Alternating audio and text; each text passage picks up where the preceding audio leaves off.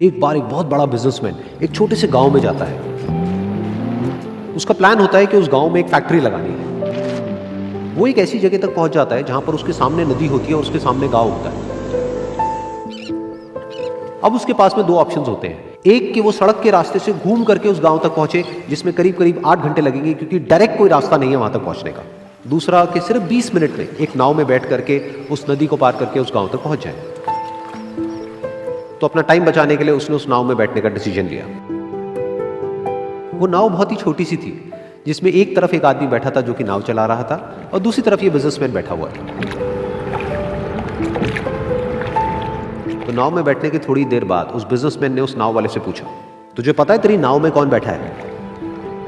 तो नाव वाले ने बड़े ही भोलेपन से कहा, हाथ जोड़ करके, नहीं साहब मुझे नहीं पता आप कौन है। तो बिजनेसमैन बोला, अरे तू अखबार नहीं पढ़ता है क्या? हर दूसरे दिन मेरी फोटो आती है अखबार में।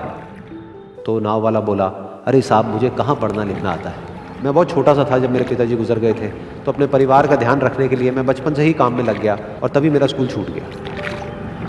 ये सुन करके उस बिजनेसमैन ने उसका मजाक उड़ाते हुए उसको कहा, तुझे पढ़ना लिखना तक नहीं आता है, ऐसी जिंदगी का क्या फायदा?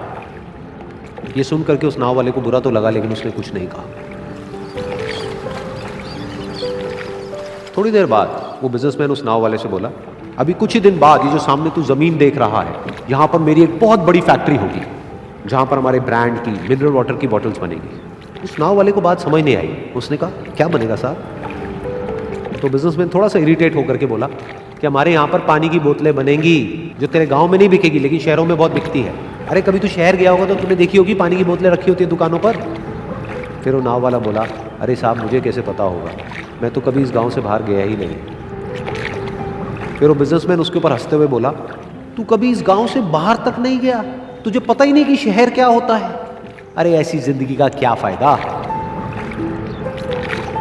उसकी ये बात सुन करके उस नाव वाले को सच में लगने लगा कि मेरी जिंदगी शायद किसी काम की नहीं है।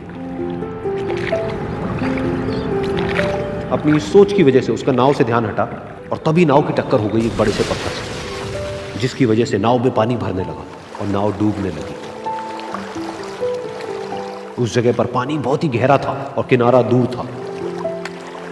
नाव वाले को समझ आ गया कि अब इस नाव को बचाने का कोई तरीका नहीं है और वो अपनी जान बचाने के लिए नदी में छलांग मारने ही वाला था। तभी उसने उस बिजनेसमैन से पूछा, साहब आपको तैरना तो आता है ना? तो बिजनेसमैन घबरा करके बोला, ऐसा क्यों पूछ रहे हो, मुझे तैरना नहीं आता है। उसकी ये बात सुन करके नाव वाले को हंसी आ गई और वो बोला, अरे साहब आपको तैरना तक नहीं आता, ऐसी जिंदगी का क्या फायदा? ये सुन करके उस बिजनेसमैन को अपनी गलती का एहसास हुआ और वो हाथ जोड़ करके उस नाव वाले से बोला, तुम जो कहोगे मैं तुम्हें दूंगा, बस मेरी जान बचा लो। तो उस नाव वाले ने बोला, अरे साहब आप घबराओ नहीं, मुझे सिर्फ तैरना नहीं आता है, मुझे डूबते हुए लोगों को बचाना भी आता है। आप मुझे कस के पकड़ लो, मैं आपको कुछ नहीं होने दूंगा। और फिर उस नाव वाले ने ना सिर्फ अपनी बल्कि उस बिजनेसमैन की भी जान बचाई।